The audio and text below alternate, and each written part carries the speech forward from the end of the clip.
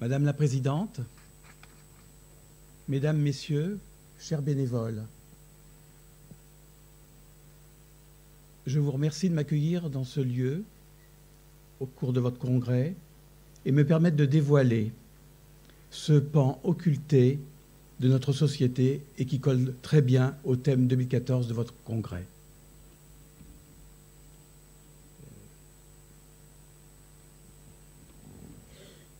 Pour camper le décor, je vous propose quelques chiffres éloquents.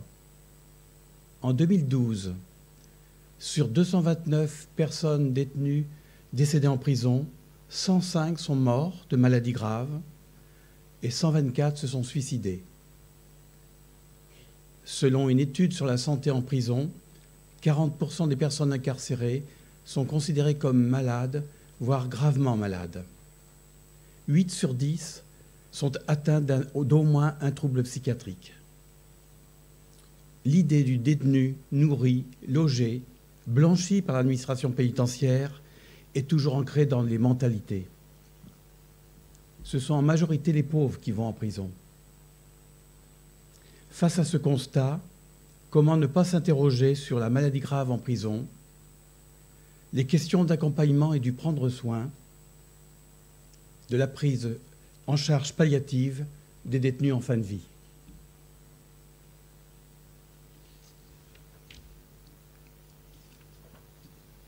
La prison abrite des personnes majoritairement démunies. Il ne faut pas limiter la notion de pauvreté aux seules ressources financières. À l'enfermement s'ajoute l'impossibilité d'acquérir les besoins de première nécessité que l'administration ne fournit pas. La télévision, le papier, les enveloppes, les timbres pour le courrier. L'indigence est perçue avec effroi, voire honte, car c'est l'idée qu'ils ont de leurs conditions poussées à l'extrême. À l'hôpital pénitentiaire de Fresnes, nous rencontrons ceux qui connaissent la maladie grave, la conscience de la mort proche, et vivant quotidiennement des difficultés d'ordre psychologique ou psychiatrique, les angoisses, l'isolement, l'éclatement ou l'abandon de la famille. Notre place de bénévole est difficile et délicate, mais indispensable comme témoin et acteur de la société civile, conforme à notre projet associatif d'aller vers les plus pauvres.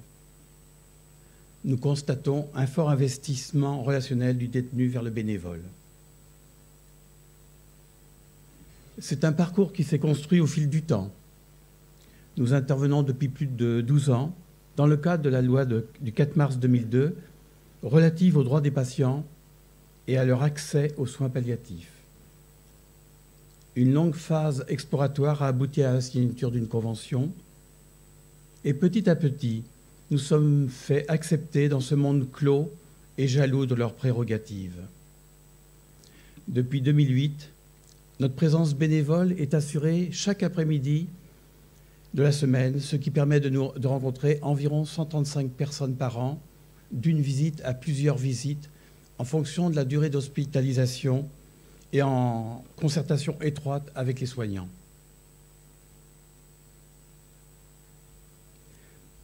Deux logiques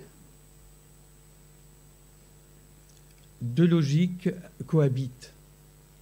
À chaque visite, le bénévole est pris en charge par un surveillant, personnel de l'administration pénitentiaire, qui détient les clés, on les a entendus tout à l'heure, des chambres-cellules. Il veille au bon déroulement de nos interventions et au respect des règles de sécurité. Pour les soignants, c'est avant tout la prise en charge sanitaire de la personne qui l'anime. Signalée par l'assistante sociale, une aide-soignante, une infirmière, voire un médecin, nous rencontrons la personne dans sa chambre, seule quand c'est possible, parce que quelquefois ils sont 1 ou 2 codétenus dans la même chambre, ce qui ne permet pas de confidentialité. L'entretien, selon les circonstances, peut durer d'un quart d'heure à plus d'1h30 selon les cas. La personne détenue nous dévoile très souvent les motifs et la durée de son incarcération, également sa maladie, le diagnostic, les cures de chimio ou de radiothérapie, les transferts vers les hôpitaux parisiens pour une consultation ou une opération. Avec confiance, il parle aussi de ses angoisses, des raisons d'une tentative de suicide, de son moral. Le quotidien revêt une très grande importance pour lui. La nourriture, exécrable quelquefois, le courrier qu'il nous demande parfois de lire, l'attente de l'avocat, du parloir, les demandes de conditionnel, de suspension de peine, quelquefois les projets de vie à l'extérieur. Dans la majorité des cas, nous ressentons une forte densité dans les échanges, quel que soit le sujet abordé, et une confiance immédiate accordée, ce qui surprend toujours. En 2008, nous intervenions aussi à la maison d'arrêt située à 2 pas de l'hôpital. En effet, nous poursuivions notre relation avec les malades en intercure, transférés parce qu'il n'y avait plus de place à l'hôpital. Notre partenaire était à ce moment-là l'unité sanitaire qui nous signalait également des personnes polyhandicapées, âgées à très âgées, voire très malades. Des grands besoins existent et nous sommes confrontés à beaucoup de détresse. Limités en bénévoles, nous avons dû renoncer à ces accompagnements ô combien importants pour les petits frères des pauvres.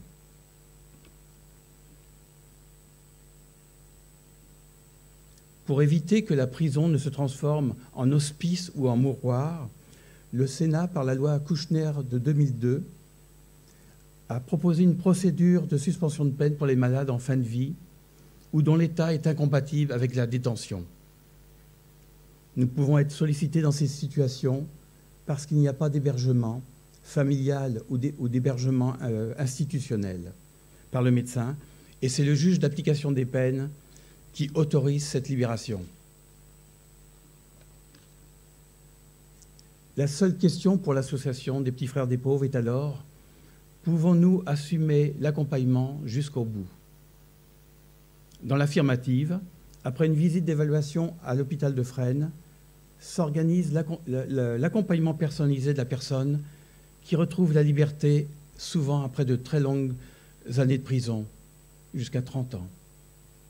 C'est en amont le choix du logement, selon le degré d'autonomie, les démarches administratives et judiciaires, la prise en charge médicale et bien sûr le choix du bénévole.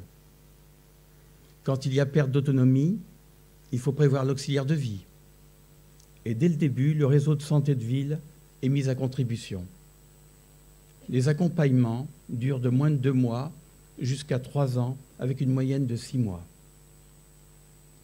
Vous pouvez imaginer qu'il faut déployer beaucoup d'énergie, avoir une grande disponibilité pour s'ajuster en permanence à l'évolution de la pathologie et des besoins de la personne. Pas de recette, mais des atouts pour une telle aventure. De bons outils, tels que la transmission après toute visite, la partition au groupe de parole, toutes les 3 semaines, et ça a été déjà souligné ce matin, un travail d'équipe en toutes circonstances, mais aussi avec tous les autres partenaires, et c'est loin d'être évident.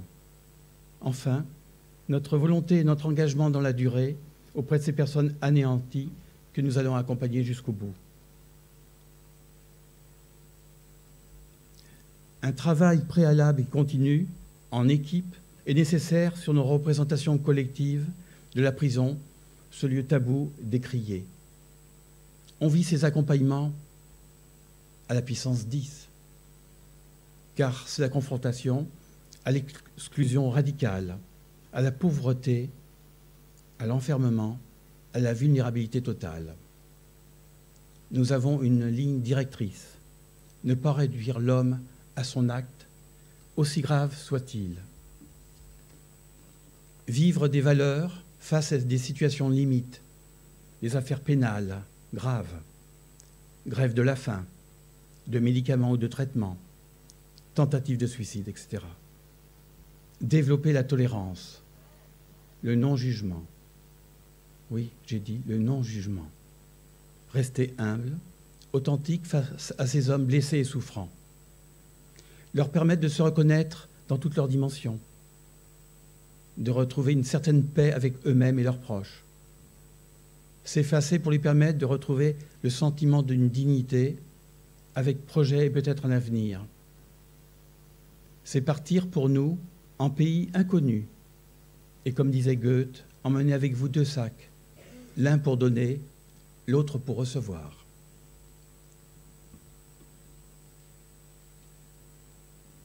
Pour nous résumer, le constat est grave et inquiétant.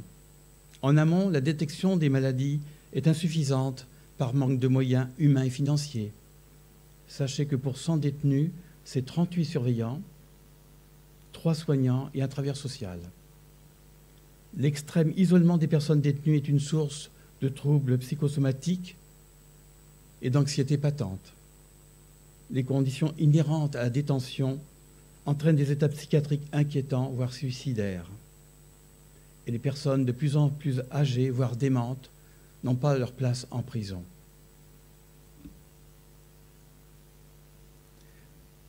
L'avis numéro 94 d'octobre 2006 du Comité consultatif national d'éthique relatif aux soins et à la protection de la santé pointe que la prison est un lieu de contradiction, provoquant perte de repères et de sens. Contradiction entre une exigence légitime de sécurité et un indispensable respect des libertés et droits individuels fondamentaux, autres que ceux d'aller et venir, notamment le droit à la protection de la santé. Contradiction entre une prison qui rend malade et risque de conduire à l'aliénation et une médecine confrontée à une exigence de soins, une médecine sous contrainte aussi. Contradiction entre le sens de la peine fondée sur la responsabilité du condamné et l'incarcération d'une proportion de plus en plus grande de personnes présentant des maladies mentales graves, Alzheimer. De telles contradictions, pardon, j'ai été trop vite, il faut que je revienne à la diapo d'avant. Merci Antonio. De telles contradictions font de l'univers carcéral un révélateur de la manière dont notre société met en application ses valeurs et les lois qui la fondent, notamment celles qui concernent le respect des droits fondamentaux, je l'ai déjà dit. Cette réflexion éthique est à engager au-delà des spécialistes dans la société tout entière.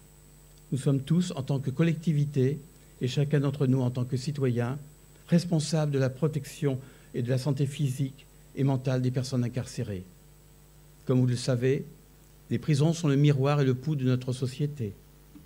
Nous reléguons toutes les défiances du système à la sanction pénale, surveiller et punir, cher à Michel Foucault il y a 40 ans, avec son cortège de dégâts collatéraux, développement de pathologies lourdes, de maladies mentales, je l'ai dit, de vieillissement, il y a des personnes de 89 ans en prison, vulnérabilité des plus pauvres, récidive à la sortie.